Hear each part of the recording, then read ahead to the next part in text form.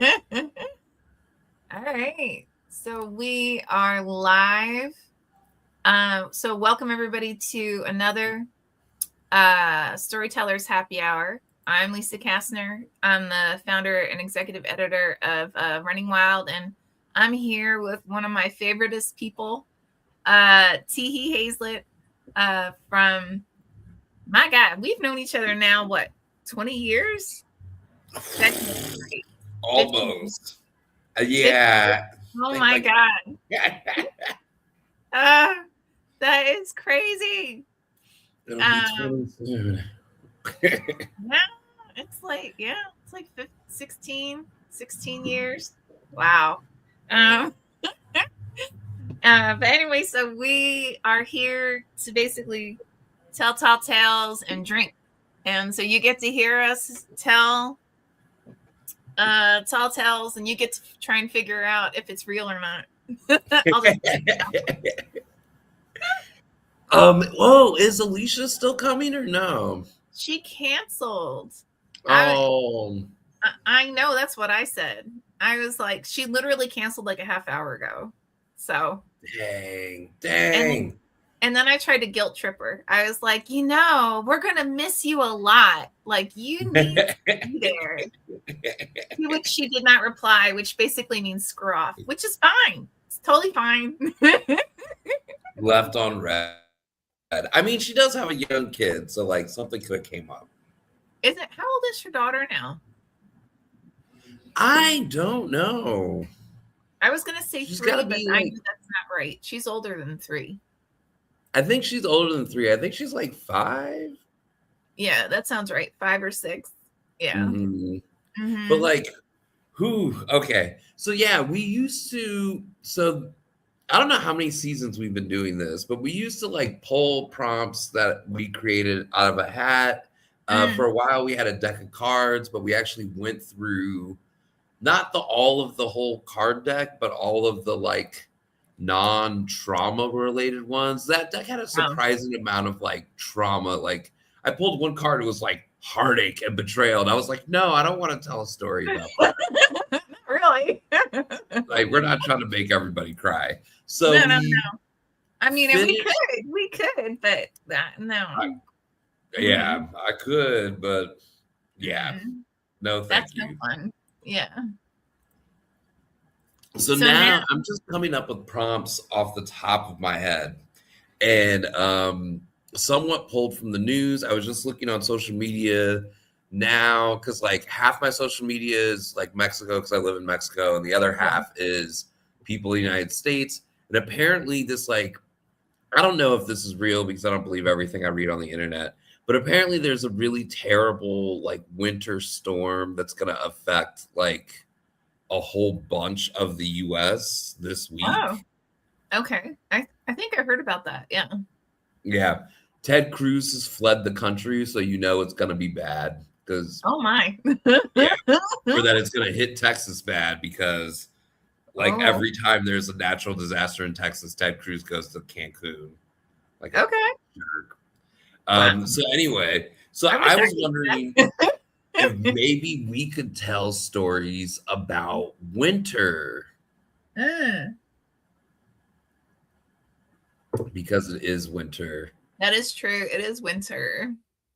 Um, all right. Like a like a fun story about winter. A fun story about winter, or maybe any other time that you were cold. Uh, I haven't Explain your experienced cold. winter in a long time. That's fair. Yeah. Um, that's, well, yeah, and I haven't experienced negative degrees in quite a long time. So, Yeah. let me, gosh. Wow, that's a hard one. I don't know why that's a hard one right now for my brain. Yeah, I mean, it's hard for me because the weather is like 82 degrees outside. Yeah, it's let me see, what is it right now? Um it's 62 right now where I am. Yeah, we're doing like highs of like low 70s and lows in the mid 40s. So Yeah, this that's is not not bad. I am not complaining. This is not complaint. Or what about this to start off? What was your last winter? Oh, my last winter. Oh my. Uh okay, let me think about this. My last real winter. Um Honestly, it was just like me in sweatshirts. So, and like sweatpants, which to me is cozy, you know. Um and I used it as an excuse to just like not wear makeup and not not dress appropriately. Because I didn't have to like physically go anywhere. So like my a big outing for me was like layering sweat clothes and then uh going out to Trader Joe's and getting, you know. What year was this? Um this was last year. Like this wasn't Oh, mm, cuz I work from home. So, for me to like dress nice nowadays, it's usually like it's like it has to be like it's like a meeting, right? Like right now I've got on a sweatshirt, so, and like fancier sweatpants, if that makes sense. the work from home pandemic attire. Um, Exactly. okay, so I do remember my last winter because I moved from New York to LA Ooh, between the Christmas and New Year's. You know that like office closure time that like most people have that time off. yeah, I yeah, did that like during that time. I moved to California. okay, So I think that was what 2017. okay. Jesus, Oh, that almost makes 10 sense. years. Oh my god, no way. Yeah. See, So I okay. I moved in the end of 2011. So, yeah. Yeah. All right. So here's the whole story. So Okay. 2016 was like a really terrible year. Mm, Like, and it's weird to say that now because like we've had so many worse years since 2016, but 2016 was bad. Like Prince mm. died. Oh, Um, yeah. yeah, Trump got elected for the first time. I Not defaulted on even my get me student started. loans and got my wages garnished. Ah, Like it was a terrible, terrible year. So, yeah. but like I was working for a political outfit at the time, supporting Democrats and progressives Mm, throughout all of 2016. And so like, people running for state and local offices, as well as like dabbling a little bit in the presidential election. But okay.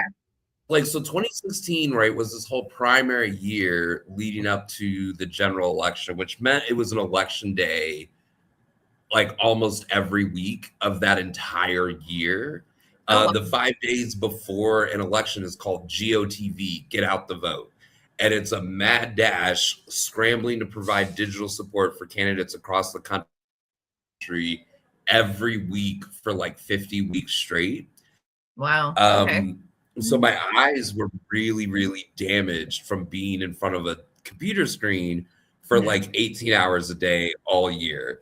Right mhm. before the election, like I'm starting to like lose vision and seeing a lot of spots, and my eyes were just completely red and bloodshot. Like I couldn't Mhm. like people noticed and they were like, this is not like you drank too much coffee or you're like hungover or you're high or whatever. Like Yeah, your yeah. eyes are like blood red, like you're a vampire. What's going on? So I go to the eye doctor and they say that like I didn't even know that this was like medically real, but my eyes were exhausted. Oh. Like I Oh, yeah. was No, getting yeah, like that's the thing. severe Mhm. pain from Yeah, I was like, what? And like the only prescription that is going to make this better is to not look at computer or any blue light screens. Yeah. And I was like, well, like I'm a digital political strategist and I like have 28 candidates that I'm supporting across the country going into the general election in 2 weeks. Like I can't not look at the computer. Mhm. So I got prescribed a prescription eye patch. Ooh. So for like 4 hours, look, you have the eye patch and then you switch it every Oh. four Oh. hours Okay. to Mhm. give at least one of your eyes a break. And Mhm. like, I wish I still had pictures of that because like I kind of thought I looked a little handsome with an eye patch, I'm just to be gonna say that honest. It was sounds kind of cool. sexy. Yeah. That Yeah, sounds it sexy. fit Yeah, like my hipster wardrobe aesthetic. totally. I Mm. got a lot, I got a lot of compliments just like walking around the street. And a lot of like weird people who are like, "What's underneath there?" And I'm like, "An eye, gross." Like, calm down. But anyway, so Oh like my that's what god. I was doing. So like that was November 2016. Mm. Yeah, because going into 2017 is when I moved. Or maybe I'm getting my years mixed up. But anyway, yeah. So I had the prescription eye patch. I packed up all my stuff. I flew from New York to Texas. Mhm. So I finally got out of the cold weather because that's the other thing. In New York City, winters are cold. So I had this Yeah. like huge wool coat that I bought at a thrift store. It was a navy pea coat. It looked really good. I wish I still had it. And I have It no sounds idea what I did fabulous. with it. Yeah.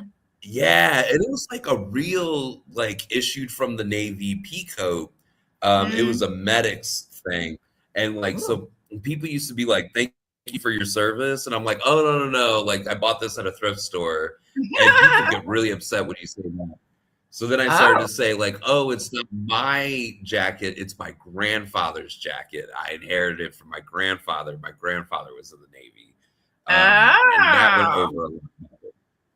I But then, bet. so like having that Pico and the eye patch brought a Mm. whole bunch more of the like, thank you for your service. Cause people thought I was like in the Navy and Yeah. somehow injured my eyeball and is Yeah. like, and was like permanently disabled or something.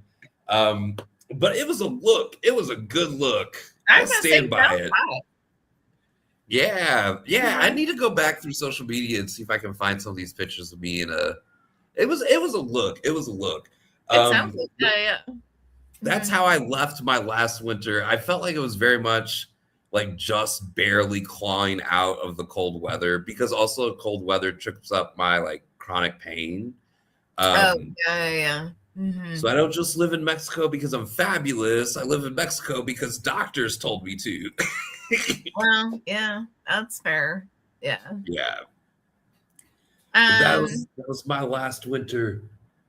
so I can't say this is the last winter, but um, so we moved in 2011 to Burbank, California, and from Philadelphia, and I was commuting from Philly to New York City for work. And I got a job offer. And thank you so much to my dear friend who hooked me up to bring me out to Los Angeles. And my now husband, then boyfriend, Mr. Super Hot Sexy, just saying. And um, we were like, we moved out here. It was I'm almost positive it was November of 2011 because we had just graduated. And it was like we graduated from Fairfield, meaning like, I got my MFA. And then from there, we moved to Los Angeles, well, to Burbank. Anyway, when we first moved out here in 2011, I'm going to say for the first couple of years, what I would do, and I honestly, I could still do this, because we still have a condo in Rittenhouse Square of in Philly. um what we would do is go out to Philly during like the fun parts of winter, if that makes sense. So like, because like all my friends in Philly, like we're all foodies, which just means like we're wannabe snobs, right? So um like we've all taken classes on like the best wines and beers and hard alcohols, and how like I learned how to make pasta in Rome, like no joke. By the way, making pasta is really easy, just putting that out there. I needed to hear that. Yeah, I love it is. pasta. Oh my god, it is so easy. Yeah.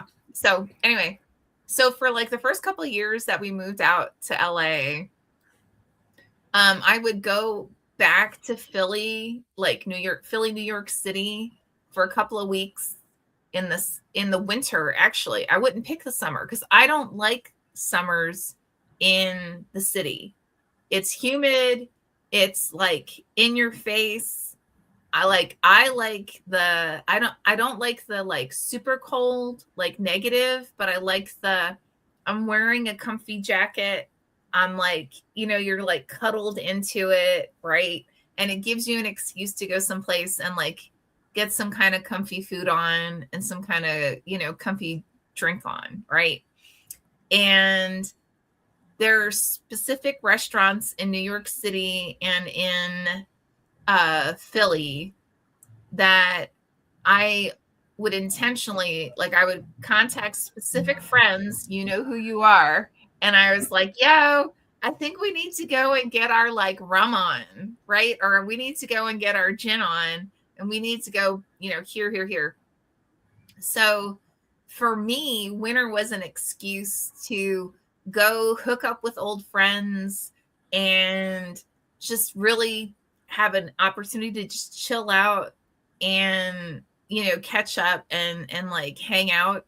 And what's also fabulous about it is the fact that um like most cities have like a restaurant week, which is usually longer than a week. It's usually more like 2-3 weeks or 4 weeks, and they have like a little special menu, blah blah blah. And a lot of cities do it in the winter because there aren't as many, especially in cities where it's negative degrees in the winter. Not as many people come out, right, to like get their food and drink on. So to me, it was like a great excuse to go to like the schmancy restaurants that we like love, love, love, and have, get their like fancy menus on and get their, and, get their booze on. So I'd say for the first 5 years of us living, of moving to California, we would regularly go out to Philly and New York during restaurant week and just completely like get our jam on. So That's interesting. mhm. Because, like, here's another thing. There's like winter food is some of the best food. Like, like the soups and the stews Oh and yeah. everything just being like warm. Like, that is amazing. But Mm-hmm. also, the other thing is like wearing all the layers. Winter is also a good fashion time. Oh yeah. Mm-hmm. Like, And it's a look. it's a and it's interesting to me too, because like what when we were younger, what was considered like acceptable is different than now. If like now I can get away with, like, you quite kindly gave me this killer sweatshirt that, by the way, everywhere I wear it, Teehee, everyone's like, that is the shit. I'm like, yes, I know. Thank you. Thank you. And then they're always like, yo, what's the company and blah blah blah. And so then I'm like giving them like the background. I'm like, yo, you need to go and look it up, and blah blah blah. So anyway, um but it's fascinating because people are like, what once upon a time I wouldn't have been able to wear like an oversized sweatshirt, like the what it's like what a 3X or something. It's big enough to be a Yeah, I dress. think, or it might be on 4X. Yeah. It might be a 4X. Yeah, it's big enough to be a dress. Now, I remember when we were younger, and I wouldn't have been able to wear that into some of the like schmancy restaurants. Nowadays, like it's not a thing. Like you're it's okay for you to go. I mean, you just have to like be washed, if that makes sense. Do you know what I mean? Like what's You have to acceptable not smell. now? Oh yeah, yeah, yeah. And I swear it's because of COVID. You know what I mean? Like Yeah. because COVID messed it up. COVID messed it up. Like COVID went from like, all right, I'm wearing the world's largest t-shirt as, like my primary piece of clothing. And in a restaurant that once upon a time I wouldn't have been able to go to unless I was wearing like formal attire, right? Like, and I mean, Mm. that's like everywhere. Like everyone I talk to is experiencing that the same kind of like it's like all the rules about what's formal, what's not formal, what's acceptable, what's not acceptable are completely changing. And I feel like Yeah. winter is really kind of winter's making it obvious, if that makes sense. Hmm. It's kind of funny down here. So Puerto Vallarta, the coldest it'll get here in the winter will be like 70 degrees, and people pull out Oh, all sorts of winter clothes because, really? like, especially for like locals who are like born and raised here, 70 degrees is like freezing for them. Oh my. Um, Okay. and it's the cutest thing because it's a ton of like Chicago Bulls parkas that were like big in Mhm. the night that they probably have had since the 90s, but Yeah, like yeah, that's the yeah. only like heavy winter that they have. And you're like, whoa, that's from another time. Also, 70 degrees is not cold. No. I mean, honestly, like, My boyfriend well, has bought, I was gonna ask. So, like, how's he doing with it? uh, Because considering like he's a he's chef, freezing. Yeah. Yeah, really? he really likes making the winter foods. So he cooked this amazing beef stew that we've been eating off of for 2 days. Um, Mm, and it evokes the feeling of winter despite the fact that we live in the tropics. got it. But Yeah, yeah, he yeah. hates this cold weather. It's like anytime the weather gets close to 80 degrees, he's like putting on a hoodie or a sweater. Aw, He ordered new pants, so he has like three more extra pairs of pants because it's cold now. okay. And I'm like, it's 82 degrees. That's not cold.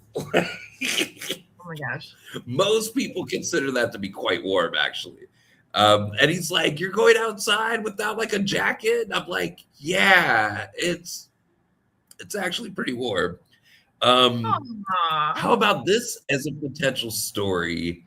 What is the coldest winter, like temperature wise, and where were you for like your coldest Ooh. winter ever?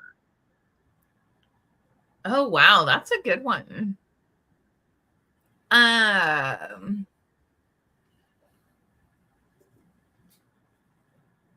I mean, now, admittedly, so I grew up in New Jersey, like along like Philly, New York, that corridor. Um, and like so I've experienced negative degree winters, but honestly, like when you're in the midst of it, it's so like you just basically hide in front of a fireplace, you know? It's like the most fabulous excuse to just again hide in front of a fireplace and then find opportunities to go out and do things like I used to love to you know, like go snowboarding, right? You know, like just like do outdoor activities. But part of the reason that I loved doing it was because, excuse me, like it's like I feel like I'm Calvin from Calvin and Hobbes, right? Like, because like so much of the excitement was around, all right, I'm gonna get all you know, bundled up, and then I'm gonna go out and I'm gonna go like snowboarding, and I'm just gonna you know, have a wreck of a time. And then it's an excuse to actually get in the house. And actually, I remember the first time I had hot chocolate with rum in it, and I was just like, God damn, who made this? Like, this is like, it's like a miracle in a bottle, right? And I still remember thinking, like, okay, this is literally hot chocolate. And in theory, it should have burned off a bunch of the alcohol, right? And I was like, I don't think this burned off the alcohol. I think they put in like 3 or 4 shots into the hot chocolate so that like at the last minute, so that the hot chocolate still had a buzz to it, you know? And I still remember waking up, I mean, like seriously hungover, because if you combine that kind of sugar that's in a hot chocolate with a rum, oh my God. Yeah, that's asking for a hangover. I That is mean, extra for a hangover. my favorite of the winter alcoholic drinks is the hot toddy. So it's not hot Woo! chocolate, but I think it's tea. Oh my, Yeah. the first time I had that, like it was in New York. It was in February, which is always the coldest month in New York. Mm, And I was at some bar and I was just like freezing and I like ordered a beer, but the bartender was like, no, you want a hot toddy. So he made it for me. And okay. like by the end of it, I was like, I can take my coat off now. Like I'm Now, fine. Like I was like warm. was he cute? Was he? I'm just saying. I Eh, cannot remember. that's okay. You don't have to. I'm just because usually when they like lead you into the like, hey, you know, you really need this. Hmm. There's an impetus behind it, right? You know, in New York, I never really flirted with bartenders, which is weird. Um, yeah, so he probably was, and I probably was not paying attention or clocking it in Oh, any love sort of bud. way. You need to like, no, no, no. Well, like in my family, we have this long tradition of like we're really bad at knowing when people are flirting with us. Like, Oh, okay. I'll be chit chatting with some, like I know when I'm flirting with somebody. But if someone's trying to like flirt with me, I'm like completely oblivious. And I walk away. I'm like, that conversation was weird. Then you tell somebody about it, and they're like, they were hitting on you, and you're like, oh. Um, my mom is the worst. She Really? never knows when people are like, yeah. Oh And my people, God. men of a certain generation are really brave because my mom's a baby boomer. So like men have like hit on my mom in front of all of us, her children. And my mom was just like completely did not realize that was happening. And like all of us as kids are like, duh. We're just all oblivious. Yeah. Yeah. No, well, and honestly, so a complete shift. So, um, like I grew up, I was actually telling a dear friend of mine this. Like my auntie, she was like Miss Florida back in the day. And she was like all of like 4'11", petite, you know, small boned, under 100 pounds, blah, blah, blah, right?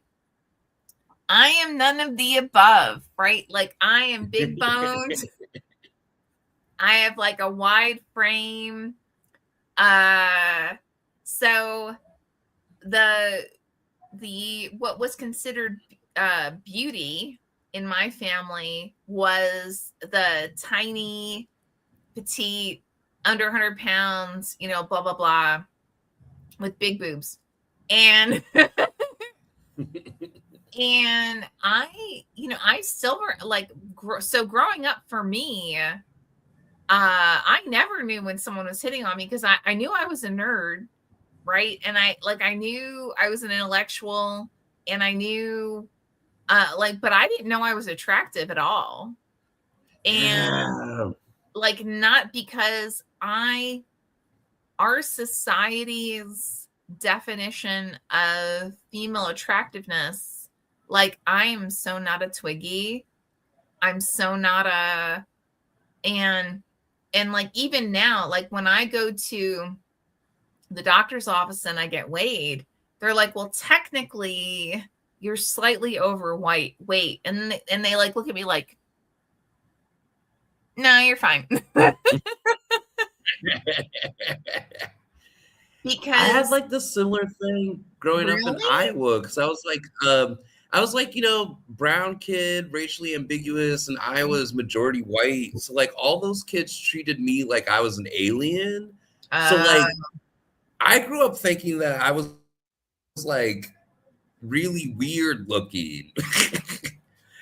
And then like left the Midwest and was like, holy shit, I'm attractive. so When did this happen? I so feel this because I grew up in, Hampton, New Jersey, where like if you're white, you're the minority. And it's so funny, like I'm still dear friends with one of my best friends ever. She's biracial. And I still remember we would go to malls when we were little kids, and people would they would talk to me like I was an equal. Like, adults would talk to me like I was an equal when I was like 6. And Mm. she was around 4. And they would talk to her like she was an object. And I would get mad because I was like, fuck you. Like, how fucking dare you talk to her like she's an object? And I would literally Mm. ask my parents, okay, so why? Like, I don't understand. Why are they talking to her like she's an object? Because she's super smart. She's beautiful. Like, this doesn't make any sense.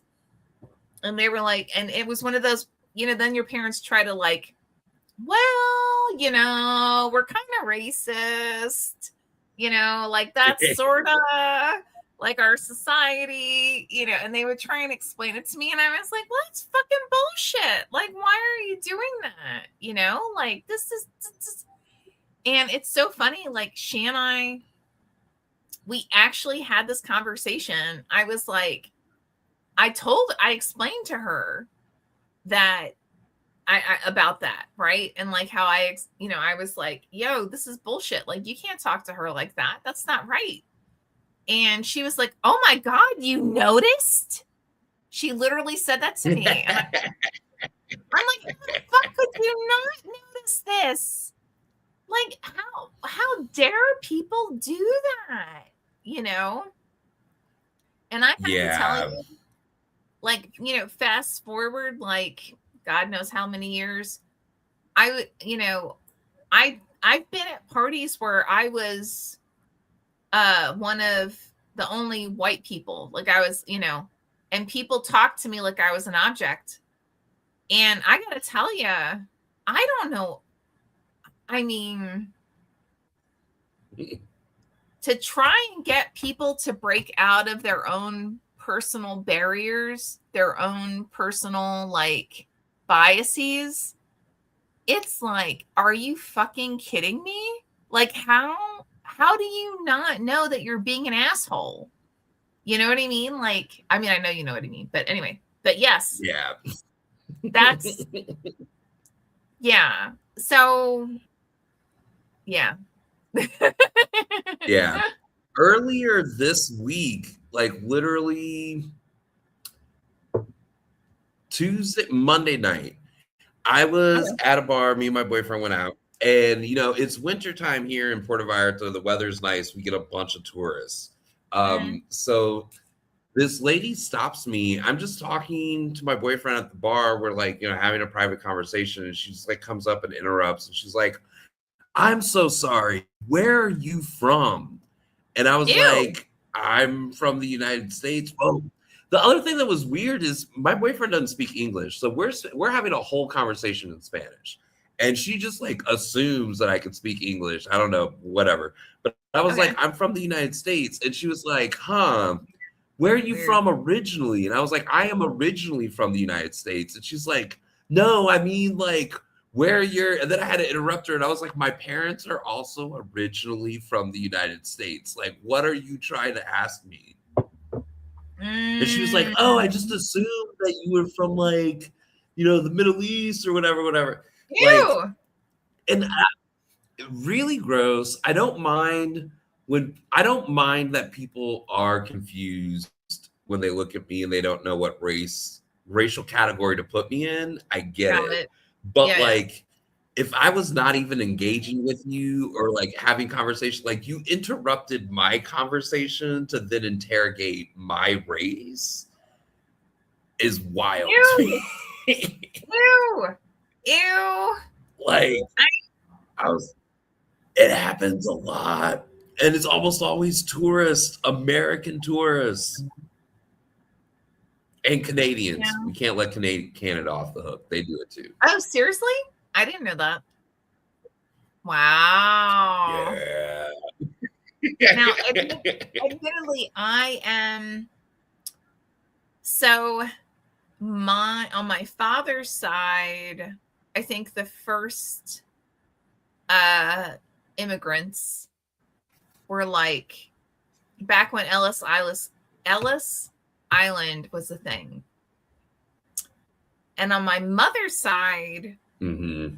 similarly, when Ellis Island was a thing, but so on my mother's side, they were French, and they opened a bar.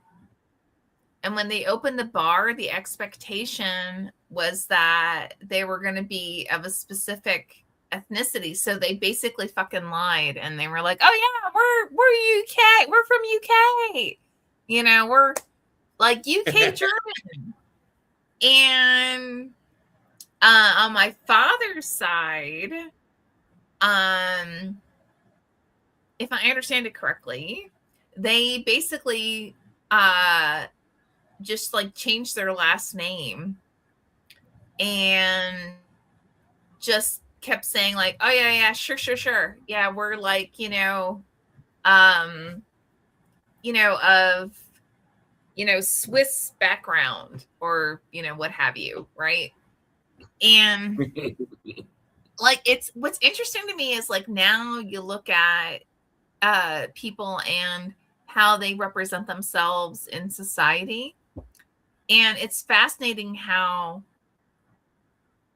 people go out of their way either to make sure it's very clear what ethnic background is, whether it be even just in the pronunciation of their names, or that where the polar opposite is true. They go out of their way to have a completely anglified name. Mm-hmm. So like Yeah. when my father was first went into radio, he originally had the name of Frank Carter, and he picked Carter because he was like, well, we've had a president with the name of Carter, so hopefully people will accept it.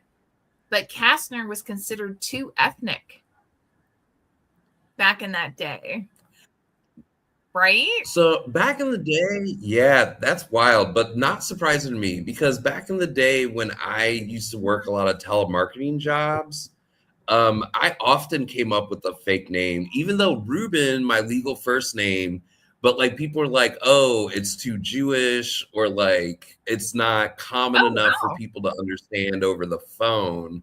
So then ironically I would take the name David. Like when I was a telemarketer, I was often David, because David's easier to hear and say over a phone if there's like static or whatever. David, Ron, like Yeah, those single. Yeah, yeah. Got it. yeah.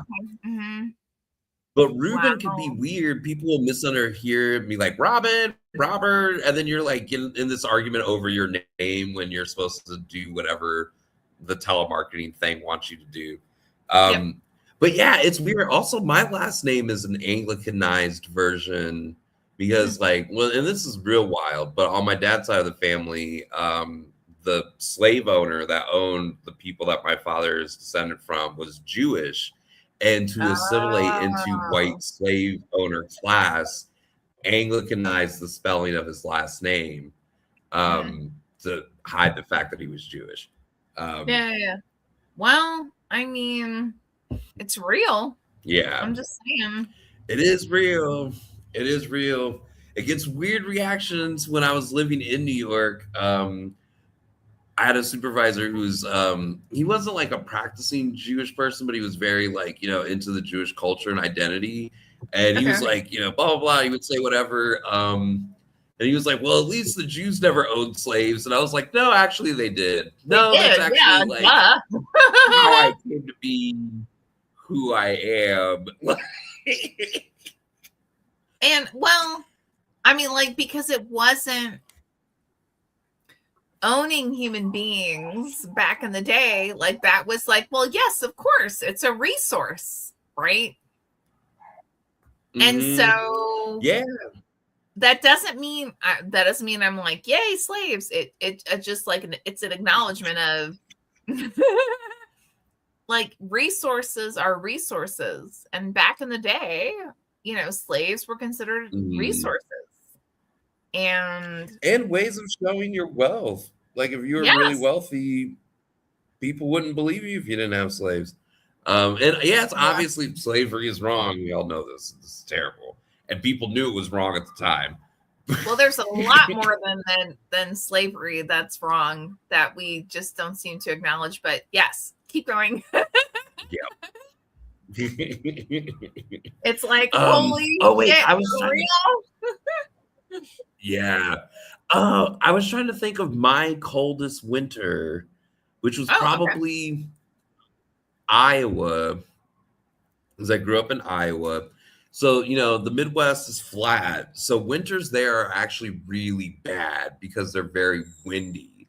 So you have like the wind chill factor of like the temperature might be 8 degrees, but with Mhm. the wind blowing as strong and fast as it is with this cold air, the wind chill will bring it down to like -12. Oh Um, boy. Oh and boy. like that's Mhm. yeah, it's rough. It is rough. I think I've suppressed a lot of memories of Iowa winters, but I do remember that like it was the rule that they would only cancel school if over 6 inches of snow fell overnight. So that doesn't Mm. count however much snow is already on the ground, but overnight, six Yep, yep, inches yep. or more has to fall before you would.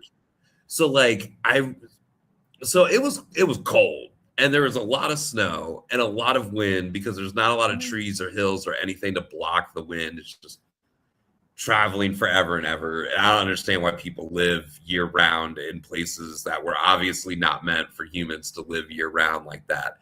And I used to Yeah. have to walk through cornfields to get to school, like middle No school. shit. But in the winter, all the Really? plants. Yeah, yeah, Wow. yeah.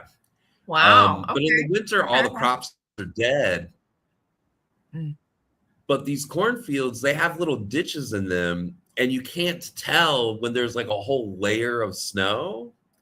So I do remember like walking to school. I was walking to school, it was maybe like seventh or eighth grade, and you're just Mhm. walking along, and I just like fell in this little like dike of a Oh my farm god. field, Yeah, yeah, yeah, yeah. completely encapsulated in snow. Like from here up is all you could see of me and my arms. Because when I fell, I threw my arms up, I bet. It was, and like just, and thankfully I was close to the school. So I like yelled for help, and other people who were also walking to school saw me. It took like three Wow. people to pull me, and then I make it in school. You take all your layers off, but because like I'd gotten so wet from being trapped in snow, I actually had to go back home and change because all of my Mhm. clothes were ruined. Oh. And that's what I remember about. I will say that will be my coldest winter ever. And one of the main reasons that I live in the tropics now. Oh, I see. Okay, okay, okay. Now here's the question, right? So Because like, I'm would you like, let's say if someone was like, okay, Teehee, like 2 weeks in the winter, a year, you just like get to chill in like, you know, Denver, and yeah, that's it, right? In the winter. Like, would you be like yeah, I game on, or would you be like, no? I could do I'm gonna be super honest and say that I could probably do 2 weeks worth of winter somewhere cold, but I won't. I think the Oh, okay. longest I can do before chronic pain kicks in is maybe 1 week somewhere. Um, but if I like, because I have like a bulging disc in my spine, and the Mhm. cold weather makes my lower back muscles contract, and then it causes a bunch of pain, and it takes Mhm. forever for that pain to go away. So, like, I'm like, the most I would risk going to a cold place in the winter is probably 4 days, So even though I could do 2 weeks maybe. I think so. I have completely in my brain, I've romanticized a Northern California. I got an Airbnb. I want to say like, oh my God, it was almost 10 years ago. And I just chilled out there and I like worked and I hung out and blah blah blah. I would love to do that on an ongoing basis. That, and so I have three romanticized, and I completely acknowledge they're romanticized in my head. So that's one. Two is my husband and I, we spent about, I think it was 10 days in Paris, France. And we just had such an amazing time. Everyone was just so fabulous. It was one of those like all inclusive, and it was one of those where like you figure out like what you want to do within the context of the all inclusive, right?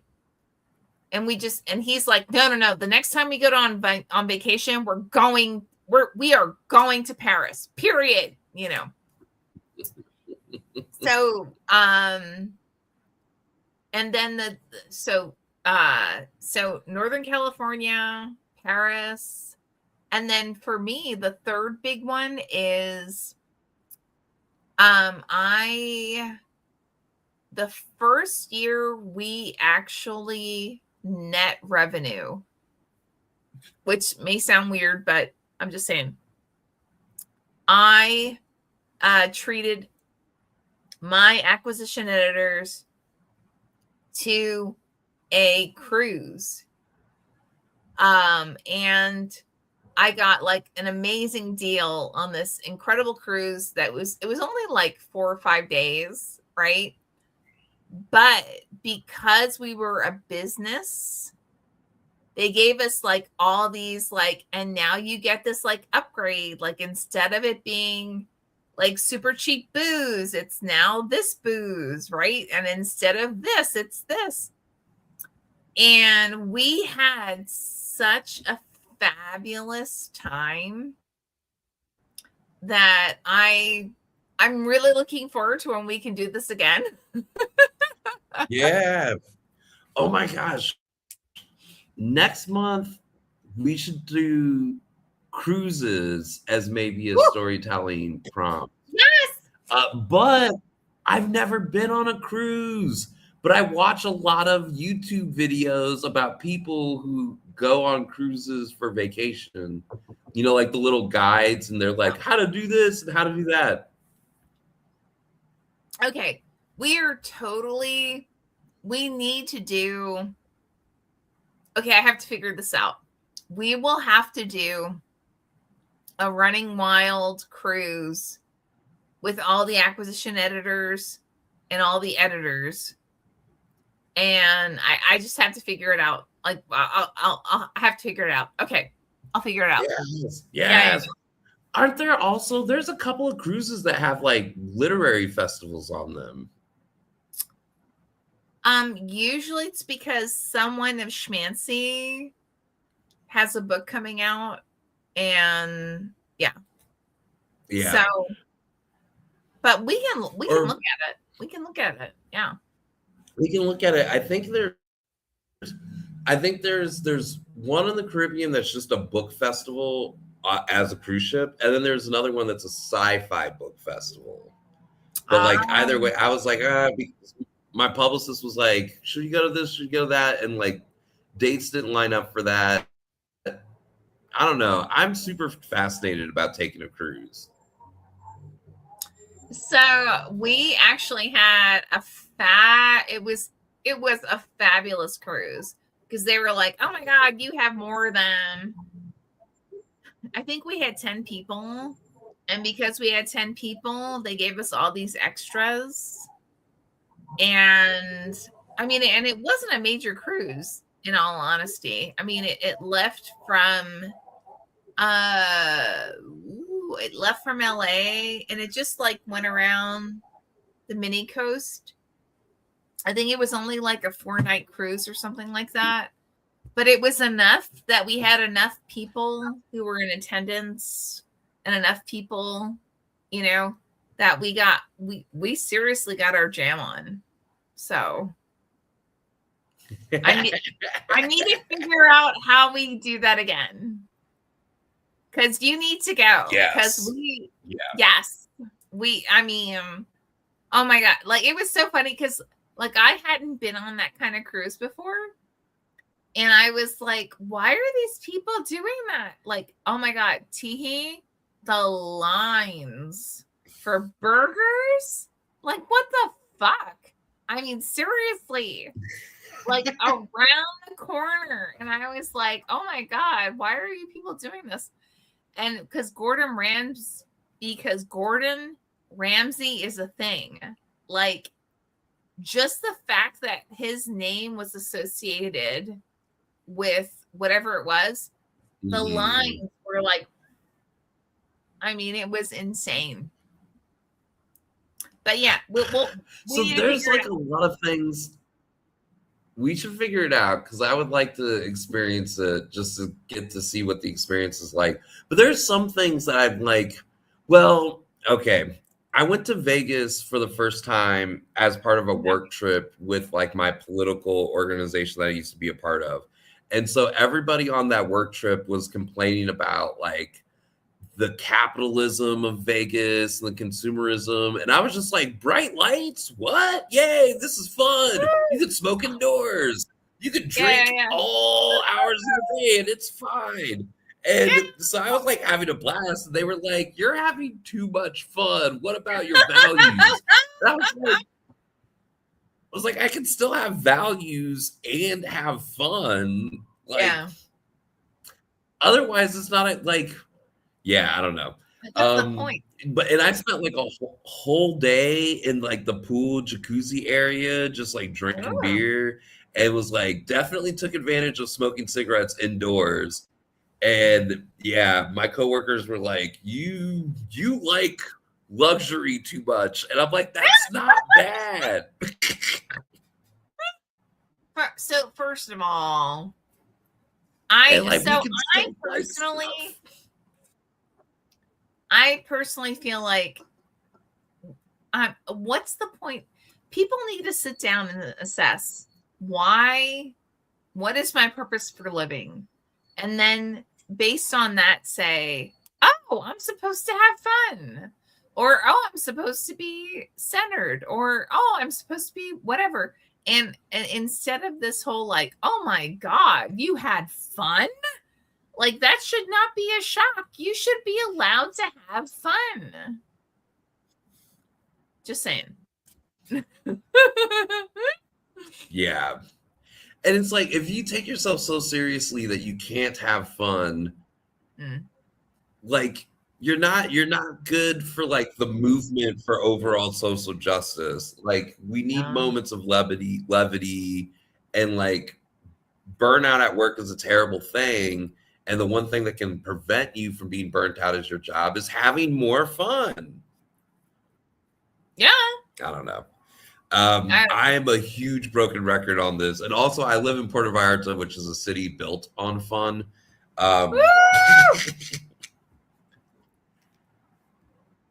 Which I adore. I'm just saying. Oh, you're cutting out. Oh, I'm sorry. I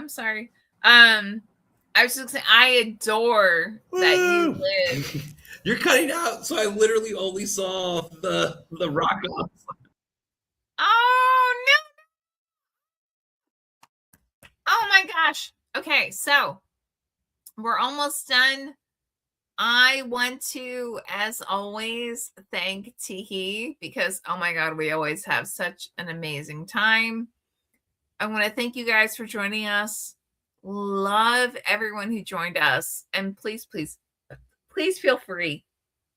Go ahead, put your comments in the comment section, and we will be more than happy to respond to whatever your questions are. So with that, love you guys. Thank you. And we will talk to you soon. Ciao.